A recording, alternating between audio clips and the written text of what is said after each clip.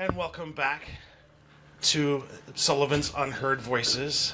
I'm here with Trystan. Lovely to see you. Lovely to see you too. So we met at the state fair, and I'll never forget as I approached, because you have a very strange setup right there in the fair. And I don't mean strange, I should say creative, right? Because it just sort of naturally, and I wouldn't have guessed that a blacksmith would be there. But then I walk out, I see your setup, and then I see you banging your hammer, and I'm like, oh, I have to talk to this guy. Like, well, thank you. Yeah, and then as I get approached, I see the quality of your products and what you have out there, and I was like blown away. How did you get started in blacksmithing? Actually, when I was about 8 years old, my dad helped me make a sword. Now, mind you, it was fully like a cut-out aluminum blade. Yeah. That way, if I was running around with it on the property, I'd trip on it, and then it would just bend instead of like stabbing through me or anything like that. Yeah. And then we wouldn't be able to talk today. Yeah. But after that, I was getting more and more into the like fantasy video game stuff. So like obviously The Legend of Zelda. Yeah. It was my first game was like The Legend of Zelda Wind Waker, and I just fell in love with the Master Sword from it. So I wanted to recreate that. That being said, I haven't actually finished the project yet. I'm always like, let me try to figure out like this new like technique or skill or whatever to try to like get to a different part in the build. So like right now I'm on casting and lapidary to try to build it. So it's like one of these days when I'm like 50 or a million years old, I'll get it done. But now you said casting and lapidary? Lapidary. Lapidary. What is lapidary? Lapidary is cutting and faceting stones. Okay. So, like a lot of swords in the fantasy world, you'll see have like gemstones or things set into the pommel hilt, and I mean in like antiquity as well. Okay. And then the other piece? Casting. So it's taking like non-ferrous metals, which non-ferrous means not iron containing. Okay. And then melting them down in a crucible and pouring it into a mold, rather than forging it out with a hammer. So what's the difference between like non-iron and having iron? It's all good. Oh yeah, a little guest here, Trillium. All right, go lay down, buddy. Go lay down. Off. Go to bed. Trillium, go to bed. Sweet Bed. dog. Go on. It's no problem at all. So yeah, good to hear. what's the difference? Going back to what's the difference like with materials that have iron versus materials that don't have iron? So it's mostly just about so some alloys of like brass and bronze have iron in them, but mostly it's just about the types of properties that you want to get out of the material. Okay. So like iron obviously reacts really readily with like water and oxygen, rusts and corrodes away, which is something that you don't want in every application. So Right. a lot of naval equipment, things like that, end up being either stainless steel or cast with like brass or bronze to make them more resistant to water. Okay. So, and especially the salt. Oh my God. If I lived on the coast, I don't know if I'd be able to do any of this because like you got to oil everything, make sure that that salty air will corrode everything. Oh, I didn't even think about that. That's interesting. So like even like the temperature, does also like moisture in the air kind of come into play? Oh, for sure, yeah. On really humid days, especially after a day of like a lot of forging. Yeah. First of all, if you're forging all day, one of these anvils, you can crack an egg on it, and you'll be able to cook it like at the end of your workday. It gets so hot. Like thousands of degrees? More in the range of like hundreds. If it got up to, I'd say around 200 degrees if you're working for like 8 hours. But like if it gets too hot or if like you're doing way too much, you can actually affect the temper on the metals, which can make them go softer over time. So how do you take advantage? So like, take me through that process, right? So you do you have certain temperatures for certain kinds of metals?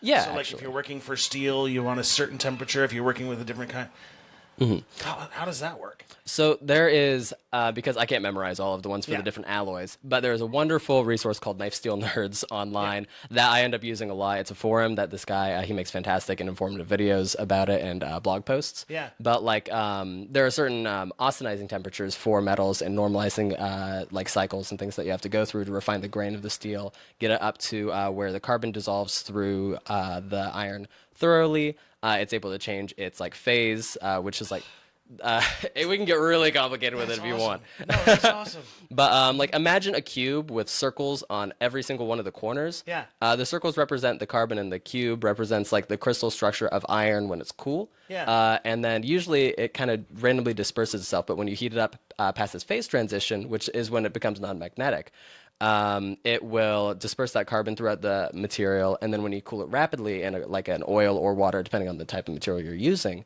it locks those into place. And that's what gets you your hardness. But if it's too hard, then, you see it on Forge and Fire all the time. So their blades will like snap, break, chip, which you don't want. So you throw it in, like over there, I've got my tempering oven. Okay. And you can set it to different schedules for a certain amount of time to bring some of the hardness out of it with lower like heat, but over a longer period. So then as you're going through that process, is there like a point of no return where if like something happens, you have to scrap the whole project and start over again? Absolutely. And it can happen very rapidly if you're not paying too much attention to it. Here, I can't put her inside. Oh, no, it's okay. Okay. But like with especially working with coal, which is what I was doing at the Renaissance fairs. Yeah. I had burned so many of my projects in the coal because I just wasn't used to it. So coal, when it gets heated, it gets way hotter than propane usually because it releases acetylene. So it basically acts as an oxyacetylene torch while you're forging. And there's no way to really predict the heat on those things either with coal compared to gas, right? It's a lot easier with harder. gas, Yeah. just because you can actually get very techy with it, like set up solenoid valves, digital thermistors that control when the gas is released, air mixtures. Salem Straub actually has a lot of great videos about that with his, he does fluxless forge welding, which is basically really difficult actually, because the flux, when it gets hot in the forge, turns acidic. And coats the steel so that oxygen doesn't get to it. But if you have your atmosphere in the forge properly to where all of the oxygen is getting burned, you don't need it technically. Oh, interesting. Oh, and so if you're a master sort of at that one particular craft, you can cut that part out. Yeah, and you can also make your forge a lot more efficient because for mine I have to use a very thick, dense fire brick because the flux will eat away at the bottom of the forge. Okay. But if you do fluxless forge welding, you can use more efficient bricks that are more reactive to the fluxes. But if you're not using it, it doesn't matter. How long does a forge last? I've remade mine about 5 times during my career, and I've been doing this for about 11 years. So. Wow. So you only get like a couple years out of a single forge? Yeah, but I'm also using it for 8 hours a day. A little closer to the mic, sorry. Oh, I'm also using my forge for like 8 hours a day. And really just like getting at forge welding temperatures almost every single day because I mostly work in Damascus. Okay. So if somebody's just doing blacksmithing on the weekends or if they're doing it more as a hobby, then their forge is obviously going to last a lot longer. I'd say even like a decade isn't unheard of. Was there a reason you chose Damascus? It's a very fantastic artistic medium. There's so many wonderful things. Oh, here, let me just get this silenced. No worries at all. Okay, sorry about that. It happens so many times, and it's my fault. So yeah, you gotta have like a banner where it's like, please silence your cell phones before the recording and all of that. I would still forget, so it's all good. So anyway, the choice behind Damascus. Oh yeah, so it is a fantastic medium for expressing yourself artistically. I actually think I have a piece. Please. Etched. No, but I do definitely have one in my cupboard. So you're going to grab an etched piece of Damascus. Yeah. Oh, this is awesome. There we go.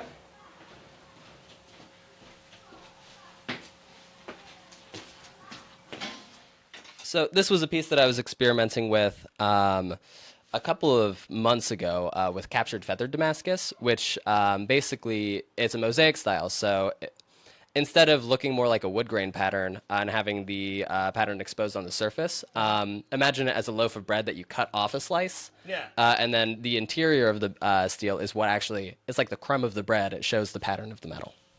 And it almost looks like feathers. Yeah, so that's kind of the idea behind it. When it's forged into a knife, it has this really thick black border going around the edge, so it is able to frame a feather and make it look kind of like a fossil. Oh, that's awesome. But that's the type of stuff that I really like to do, a lot more of the organic style of work. How do you source your materials? There's a lot of different places. When I first got started, I was just getting it wherever I could. So, my friends, we took down a car at one point, so I was like, I want all of those leaf springs. I love it. And actually, behind me, you can see a couple of forklift tines, which those are a boron steel, and they have carbides that last at high temperatures, so they don't dissolve so much. when it gets hot, and makes it to where you can forge with it even if it's like glowing a little bit. Yeah. Like H13 has a lot of similar properties, and it just makes it really great for tooling. If you know your tool steel and you can like find information about it, you can reliably use scrap steel. But when I do like projects for commissions, I'll just buy known steels like 1084, AEBL, those types of things on like New Jersey Steel Baron or sites like that. That's awesome. And how long does it take you to make like a traditional knife, if you will? It can take anywhere from a couple of hours to several days or weeks. Like patterns like this, the mosaics, there are several steps of Damascus, and you have to let it cool, grind your surfaces clean, and then restack, relayer, and that alone can just take like an hour to let things cool down properly. See, and that's what I like to talk. One of the things that I talk about ad nauseum in this podcast is about the importance of shopping local and the importance of like getting to the people that actually do the work in your own community. And one of the things that I would like to highlight is there's a difference. When somebody buys a knife or a sword or any device or anything from you, you know it's going to last. Mm-hmm. And if there's issues, concerns, you have somebody you can go to, talk to, all of that stuff. Yeah. Why do you think it's important for the community to support ourselves? Well, actually, I have a lot of opinions on that. Yeah. Some of them a little bit more radical than some of the other ones. You're probably not more radical than mine, but yeah. I'll just say it's never ethical to steal from small businesses, and I'll leave it at that. 100%.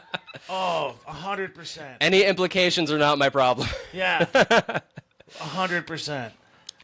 But I think it's really important to shop local because it's supporting your small community. So like, I guess in an ideal world, things don't have to come from across continents or across countries. For most of the types of things that we can grow locally or source locally, make locally, of course. I think that there was a political stuff. Yeah. All right. Well, so Donald Trump, for example, released a Bible recently where, wild. It's got like quotes from him, like the United States like Declaration of Independence, and then the Bible, which he was saying is like, support America, help me out for my politic or whatever. Source all of them in China that cost him $3 to make, he's selling them for $50, and then signed ones from him were like $1,000.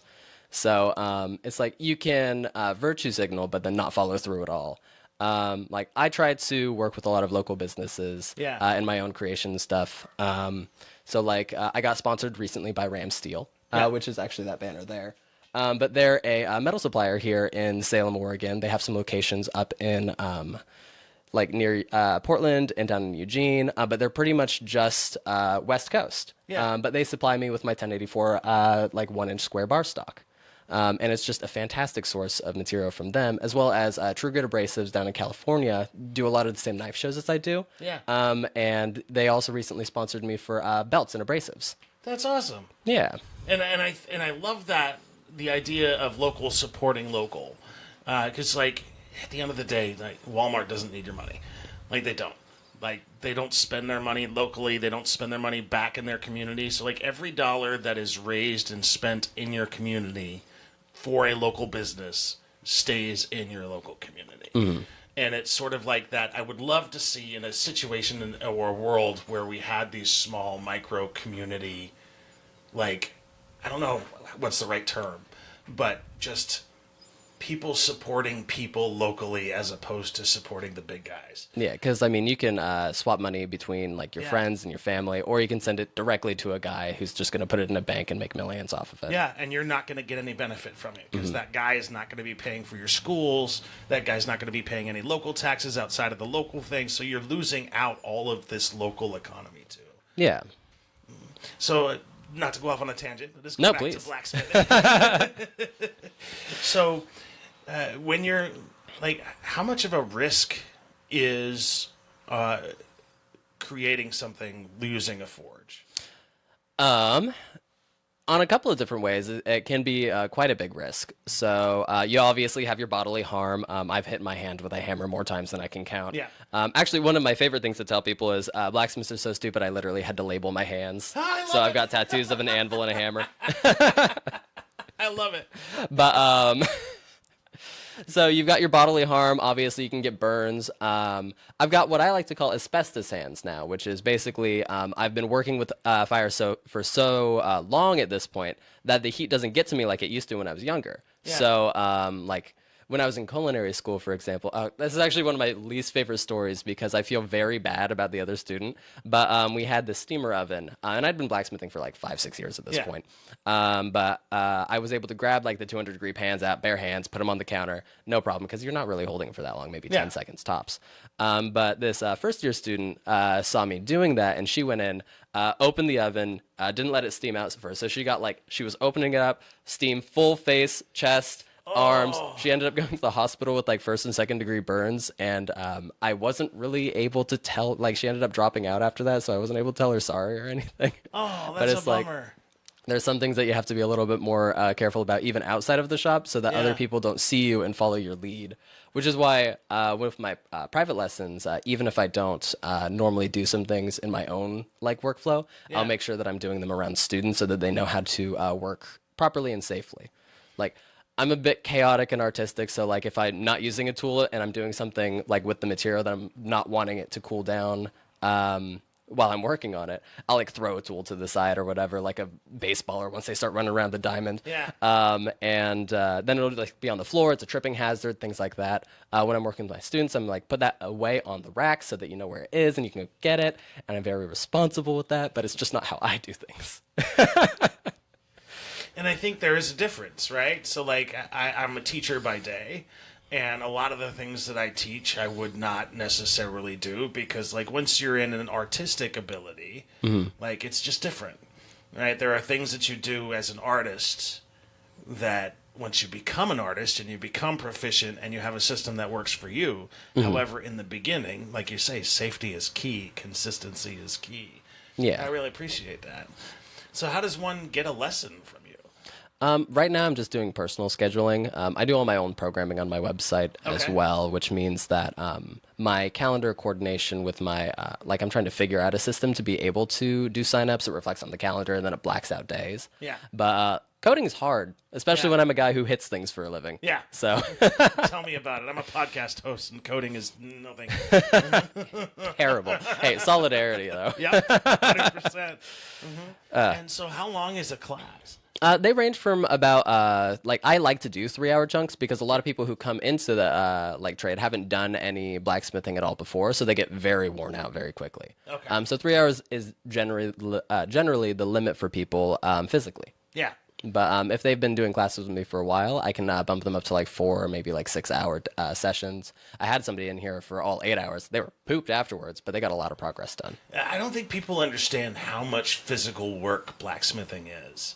That's a back-breaking, like, muscle-building activity. It's almost like a workout, right? Oh, yeah, absolutely. I mean, like, if you think of it in terms of, like, going to a gym where you're, like, lifting a 5-pound weight for, like, however many reps, like 20, 20, like, lifts for, like, 5 repetitions, I'm lifting a 3-pound weight for 8 hours. Wow. Just continuously. That's got to be exhausting kind of a day at the end of the day.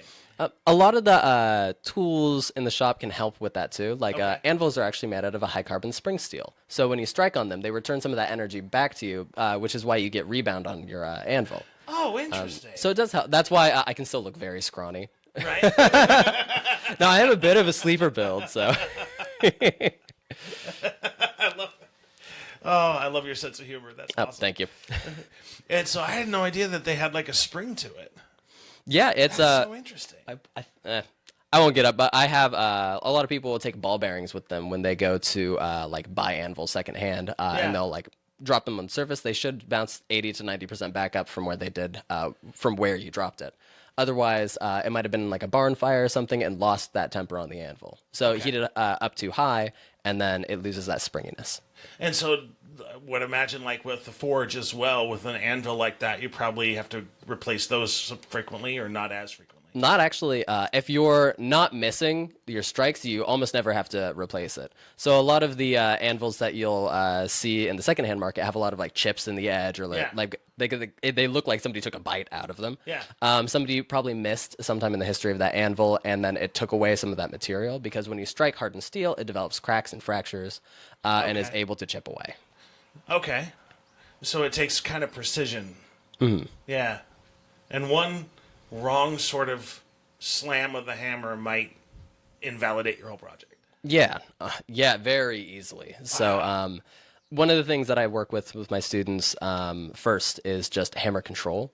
Because if you have your hammer tilted to the side, either direction, it'll start to make these round, like half-moon scallops in the blade. Yeah. And sometimes those dents will go too deep that you can't even grind them out. So you pretty much just have to start over the project. So you have to not only pay attention to where your hammer is impacting, you have to be very careful about even how your wrist is sort of formed. Yeah. Well, and your form as well, because if Yeah. you're like chicken winging out to the side, you'll start to develop a lot of tendon and ligament damage. I actually designed my own hammer based off of another hammer that I got from a gentleman, Wayne Goddard. Yeah. Secondhand. Pause. You created your own hammer. The handle. I'm working on trying to forge my own hammer heads, but that's actually why I got the forklift tine, so I can make my own tooling. However, just the fact that you forged your own hammer, not forged your own hammer, but you created your own hammer handle. Yeah, here, let me grab it. Yeah, what went into that? That's amazing. Because I don't know of anybody that's like, oh yeah, let me just go out and create my own handle to make it work for me. So many blacksmiths will be making their own tools. Like, as the more professional blades end up looking, honestly, the more ghetto the tooling in the shop is probably going to be because they're able to make all these jigs. They're like, I just need to throw something together to use one time. Yeah. Like Don Wynn, for example, he is one of the best chef knife makers in the United States and maybe even globally. But and he does very precision geometric work. He's got very clean lines, very clean grinds, and amazing designs. Yeah. But like he did a video on YouTube about some of like the janky tooling that he uses in the shop, and it's so different from the type of work that he puts out. It's hilarious. It's like, oh, that guy's just like me, you know. That's awesome. So how did you develop this hammer? So like I said, I got a hammer from when I got started with blacksmithing, one of our family friends, Bruce Freed, actually gave me a bunch of tools and hammers and things. And one of them had this slot in it, which is called a Goddard slot. Okay. And what it does is it helps absorb some of the shock from forging. Now, I actually just put that hammer to the side for like 5 years and didn't really think about it because I'm like, oh, that's weird. Yeah. And then I was using hammers that were too heavy for me and using improper form, and I ended up getting a lot of tendon damage in my elbow and fingers. So like this finger, when I was waking up, would like click, and sometimes it got like stuck, and I had to like lift it, start stretching it out so that it would move again. I was like, oh, I'm developing early onset tendonitis. So I was doing a lot of research, and then I came across that hammer again. I rehandled some of my tools, and it ends up working very well. Like I don't have that clicking anymore. I brought my elbow in so that I'm not like hammering weird and putting too much pressure on my joints that I don't have to. So you're wanting to sort of keep it right at a 90-degree angle? Yeah, you want to, honestly, when you swing back up, you want to barely miss your head. And yes, before you ask, I've totally hit myself right here, which is part of the reason why I wear safety glasses. Yeah. How long did it come to, so you made that one yourself? Yeah, so the head of the hammer is actually from a hammer brand called Lily, which they make fantastic heads of the hammers, but some of the worst handles I've ever felt. Okay. Like, I wasn't trained in the style of handle that they use. Like, you're supposed to grab it with, like, 2 hands and, like, barely swing it, and I kept having the hammer fly, so I was like, no, screw this. So I just rehandled the hammer with a better-for-me handle. Okay. But, yeah, You're good. I'm looking on trying to make my own tooling so I can start making my own hammerheads and get this type of hammer out to more people so that they don't have to go through the same issues as me. And part of the reason, not to get back to dissing corporations, but like when you go to Home Depot or Harbor Freight and you get like one of the cross-peen forging hammers, the handles are almost just a straight stick of wood. Which when you look at old historical tools like ball peen hammers or even old sledgehammers, they'll almost always have like thinner necks on the hammer handle. And what that was supposed to do was absorb shock. Companies don't like that though, because when you have to design a tool with human ergonomics in mind, you have to be more selective about your wood. You have to be more selective about your grain orientation so that it doesn't break when you use it, which means that when they're not doing that and they're trying to do it for like mass production, it's a lot more likely that you're going to get returns. So It's a profit thing. Which is also why small-time craftsmanship is fantastic, because they care about you. Yeah. And the quality of the products is far superior as far as I'm concerned. Oh, yeah. Like I can't tell you how many knives I've gotten off the store shelves, and they're just like, they go dull automatically. They're just like the worst horrible condition. And so I know a lot of people will say, like, not investing a few extra dollars in a knife isn't going to make a difference. Let me tell you here, it makes a difference. It makes a lot of difference. Yes. Mm-hmm. And so, like, for people that have, like, knives and things like that, what's the best way for them to keep them sharp? The number one thing that doles out knives is putting them in the dishwasher. Because when you put them in the dishwasher on the metal shelves, they'll rumble around and, like, jostle, hit other, like, ceramic dishes, hit the wire rack, and it'll just dull the edge like nobody's business. Oh, interesting. And a lot of people, I don't understand why, but they use, like, glass cutting boards as well, which, I don't know, it just seems like a bad idea to me in the first place, because if it breaks, you have to throw away all your food. Yeah. But, yeah, it's just when you're hitting on those, like, the glass surfaces or metal surfaces, it'll just dull out your edge really quickly. So you can, the best one to use is actually an end grain cutting board, like one of the butcher block style ones. Because when you cut into it, the knife is allowed to sink a little bit into the fibers of the wood, and it'll keep your edge sharper for a little bit longer. And they are pretty easy to sanitize too. I appreciate that. Because, like, I've been putting my knives in the dishwasher for years and complaining all this time. Mm-hmm. And it just didn't hit on me until today. That's awesome. Yeah. It changed my whole life. Well, I'm glad I could be of help. Yeah. That's, interesting. Sorry, I'm autistic, so sometimes, like, when new information presents itself, my mind goes into pattern recognition mode. No, please remember that one, because it'll help you be safer in the kitchen too. Yeah. Because if you're working with a dull knife, you're putting in more pressure, you're more likely to hurt yourself. Yeah, and I am so clumsy. I have cut myself so many times for that reason alone. Where, like, I'm expecting it to go a certain way, but then you have to put that extra pressure in, and it makes all the difference in the world. Well, don't think because I do this, I'm not clumsy. I can't squeeze a lemon anymore without just being like, oh, yeah, that's right. I've got cuts everywhere. I can only imagine. Oh. Like, one of the more frequent bites that I get on my fingers is from the belts on my belt grinder, because when you're going in very close, you're mostly focusing on the knife, not really focusing on where your body's at, which you should. But, like, the belt will sometimes go a little bit over the platen, and then it'll, like, cut into my hand a little bit, things like that. It happens super frequently. They're just annoying, but... So let's go through, like, the process, right? So you have steel. Mm-hmm. So the first thing you do once you have your steel and you're going to make something is what? The first thing that I like to do is plan out my project on paper. Okay. So I'll draw a design, get measurements in my head of what I think will look good and feel good in the hand. And then I'll go from there into the forge after I select my materials. Is there, like, a ratio? So, like, like, a certain number of steel is going to be required for a blade a certain length kind of thing? Yes, there is. It's almost all experimentation. Okay. So I've got a little book where I do all of my sketch work, and then I take notes about how much steel loss I get. You average about a millimeter of... like scale. Every time you like go and hit it with the hammer, you lose a little bit of material to forge scale, which is basically rust. Okay. But it happens at a lot higher of a temperature and a lot faster because there's so much heat and oxygen for it to react with. Gotcha. And so then forged flames, you get it up to that temperature, all of that stuff, then you start the hammer work, right? Yeah. So when I get it in the forge, get it up to temperature, you always want to make sure that you work it very hot. If you work it too cold, it'll develop cracks, stress fractures, and it can break later on in the project, which is heartbreaking. Yeah. And then the hotter it is anyway, the easier it is to forge. So I like to, a lot of people use clay as an analogy. So, like, when the metal is hot, it moves the same way as sculpting clay. Okay. So some people will even get different colors of clay and then hammer them together to try to find patterns in Damascus before they move on to the expensive materials. Oh, nice. So. Okay. And then so they get it at the temperature, you pull it out.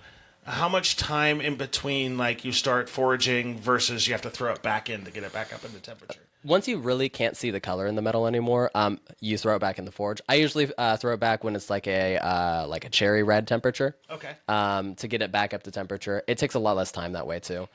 So if you have multiple projects in the forge, you can hit it until it's cooled off, switch out to the next one, and then by the time you're done with that one, the other one will be heated up again. It usually doesn't take too much time at all. Maybe about 30 to 60 seconds, depending on how hot the forge is at the time. Okay. And then the grinding piece is after that, right? Yes, unfortunately. That's So, like the hardest part as well? no, it just sucks. Yeah. Some people do all stock removal. I am not one of those people. I will forge blades to like 90% of the shape that they'll be before I want to actually get it on the grinder, so that I have to do the least amount of grinding possible. Yeah. Not only because grinding belts are super expensive. Thank you, by the way, True Grit, for sponsoring me, because I love the discount. But it just takes a lot of time. You're like bent down like this, going like this the whole time on the grinder. It hurts my neck, back, shoulders.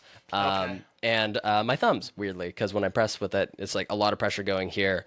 And some people will actually, their blood vessels will start to degrade in the front of their fingers, because when they're putting in that pressure and the tool's vibrating, it ruptures the blood vessels.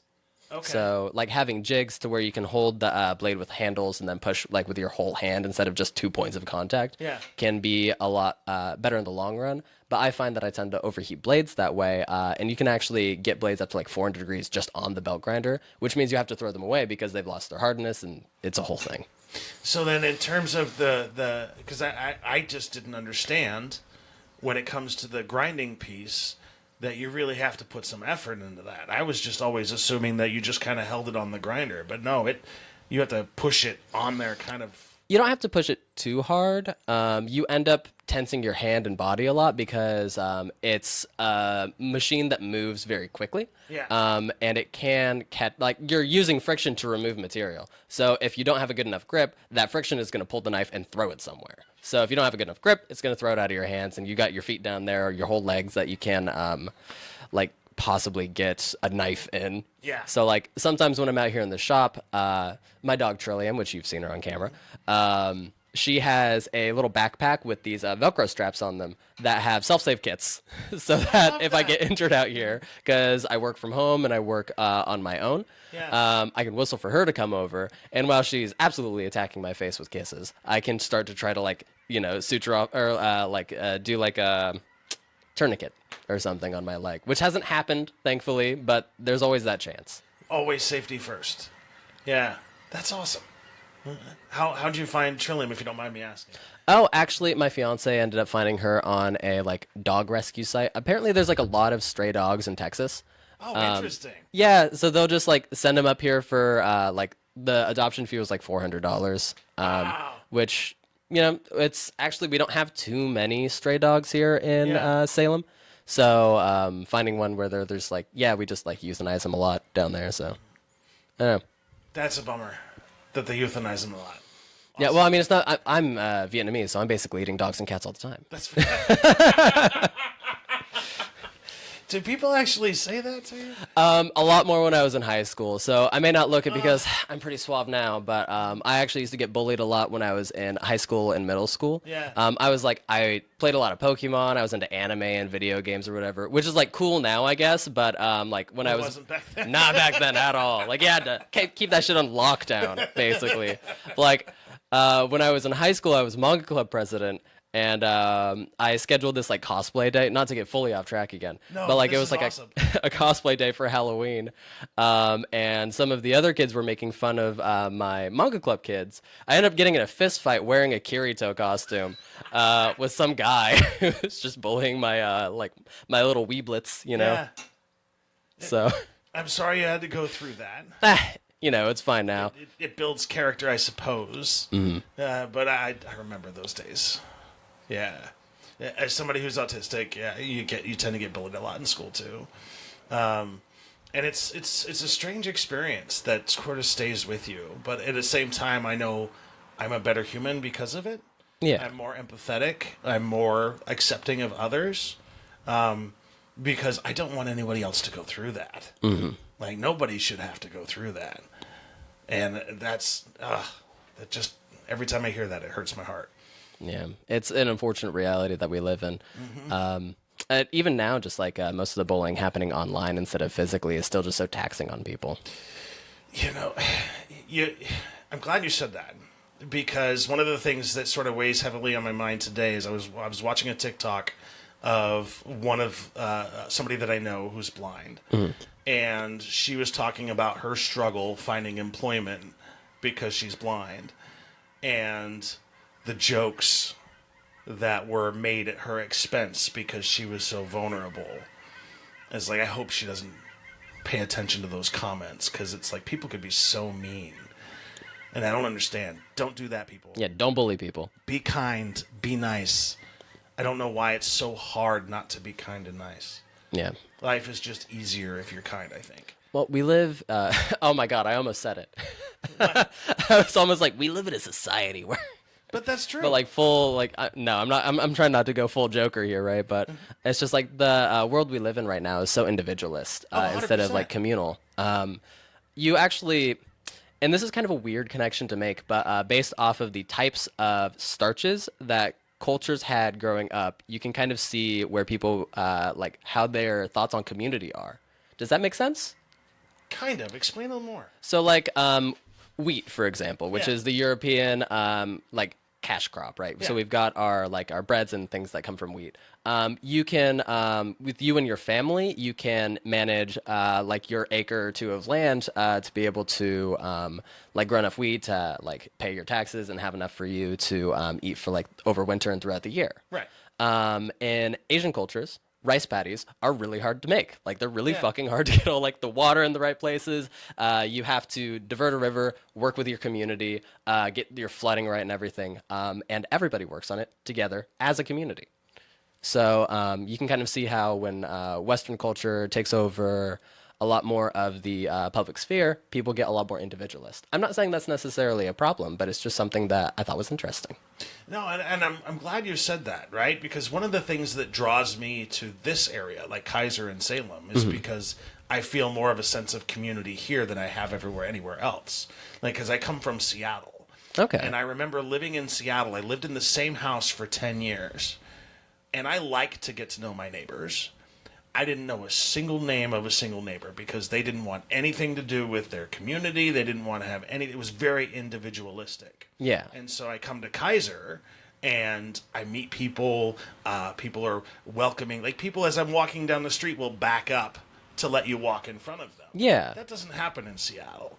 And so I'm starting to have a greater appreciation for exactly what you're talking about, for like the sense of community, because at the end of the day, we are all a part of the same ecosystem. Exactly. Like we rely on each other so much, yet we're pushed so far apart from each other. It's just wild, and I don't understand how we got that way. But I appreciate the comment, though, about the cultural aspect.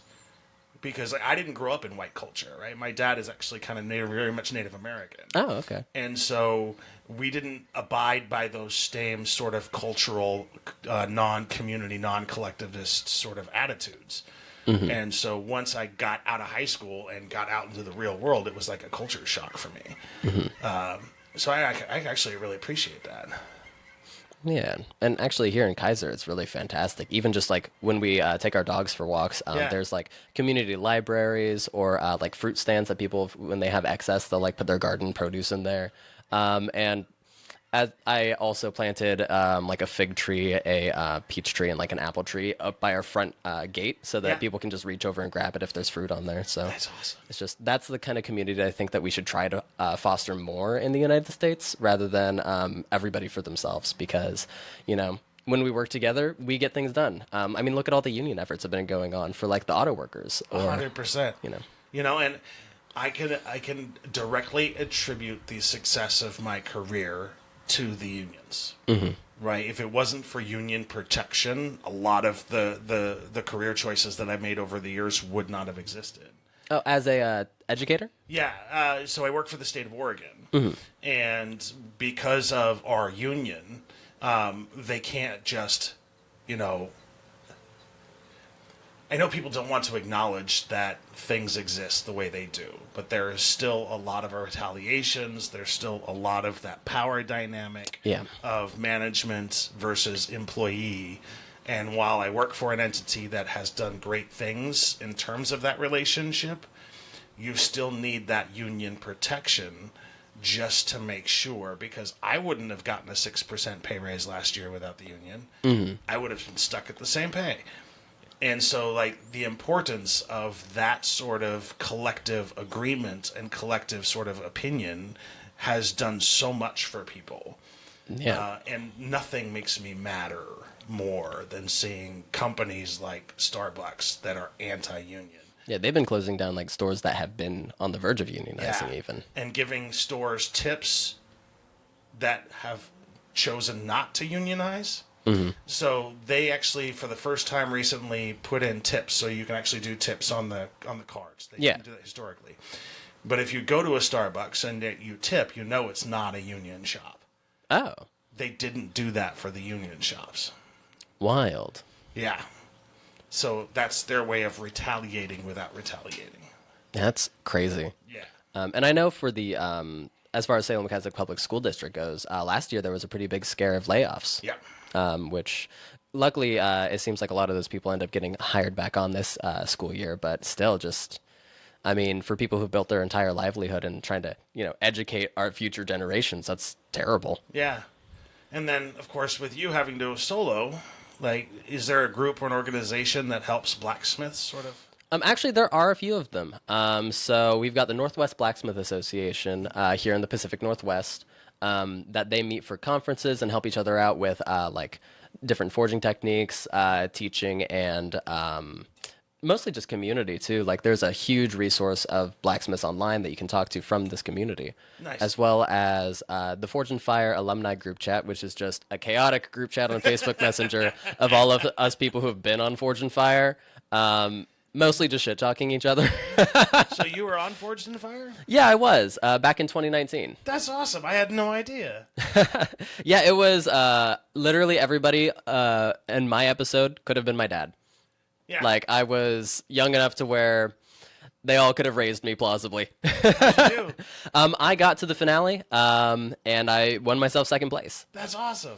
Thank What'd you. you make? My first weapon was a Bowie knife from Rambo. So my episode was Hollywood themed, right? Okay. So it was all movie stuff. I did a 12-inch Bowie knife from Rambo, and then the finale weapon was a 1,000 layer Damascus katana from Kill Bill. Oh, wow. How long was it?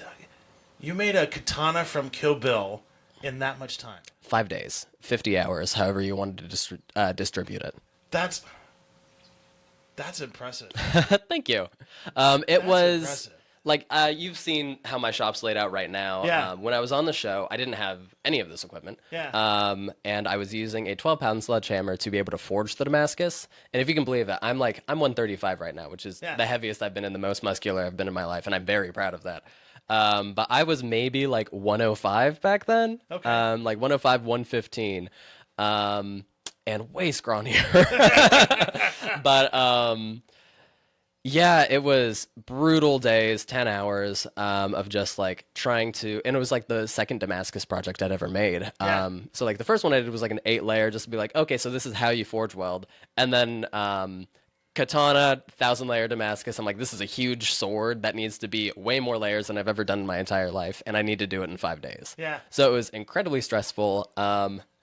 I was literally taking Epsom salt baths every single night for how sore I was feeling because we were talking earlier about swinging a 3-pound weight. Oh, sorry. We were talking earlier about swinging a 3-pound weight for all 8 hours of the day. Yeah. I was doing a 12-pound weight for 10 hours. Oh, my goodness. So it was just brutal. Oh, and then using that much weight was the only way of getting all of that done in that time, right? Yeah. Hi, puppy. Here, let's scoot you on down, girly. There you go. Look at that. Now you're polite. But yeah, that was just the home forge stuff. And I was season 5, episode 27. And this Was the katana? Oh, wow. Yeah, let's point that edge away from you because even though it did get incredibly bent by Doug Marcaida, who is, first of all, he's the nicest guy you'll ever meet, but is absolutely terrifying when he's holding a weapon. Oh, I would because imagine. He's got decades of experience with martial arts training with a bunch of different weapons, and you can feel the energy coming off of him. But this is the weapon that I ended up making. Wow. So some of the requirements was it had to have at least a 12-inch handle. It needed to have your habaki. The guard is called a suba. And then it needed to have a 28-inch blade with a fuller going through it. A lot of people call it a blood groove because the theory is that it's supposed to channel blood away from the cut so the enemy bleeds out more. It actually works like an I-beam, so it adds strength to the blade while reducing weight. Oh, interesting. But yeah, it was Balance on this is amazing. not when you swing it now because it kind of hooks to the left. Yeah, but still, like you just like the balance of the blade versus like you can tell the difference, but even like from back here versus here. Thank you. Oh, and the fittings are actually made out of mokumegane, which you can see is a brass nickel or a copper nickel alloy that I actually made out of quarters. Wow. How hard did he smack that to bend it like that? I could honestly barely see the blade when he was swinging it. Maybe that's because I was delirious and worried, or maybe it's because he was swinging with the power of a god of lightning or something. Wow. But yeah. That's impressive. But it fully beheaded the mannequin that they were using. They used these like ballistic gel mannequin dummies, and like while he was talking about the blade and its like sharpness and effectiveness, the head just plopped down behind him. It was hilarious. I'm gonna go back and watch that now. Well, watch out when you do, because I make a lot of terrible jokes during my episode. The one that I remember the most is just like a Viagra joke in the first round. So. I love it. Well, Trystan, we've been at it for an hour. Oh, geez, really? Yeah. Well, I feel like I could keep talking all day, but I'm sure you have things you want to get to. No worries at all. Let's do this again. Yeah, I'd love to be on again. Yeah, you got it. And so after this, he's going to show us some stuff in the forge, so we're going to give you all some footage afterwards. But thank you so much. And again, I always end the show the same way. Be kind, y'all. Do only good things every day. Yes, and it will come.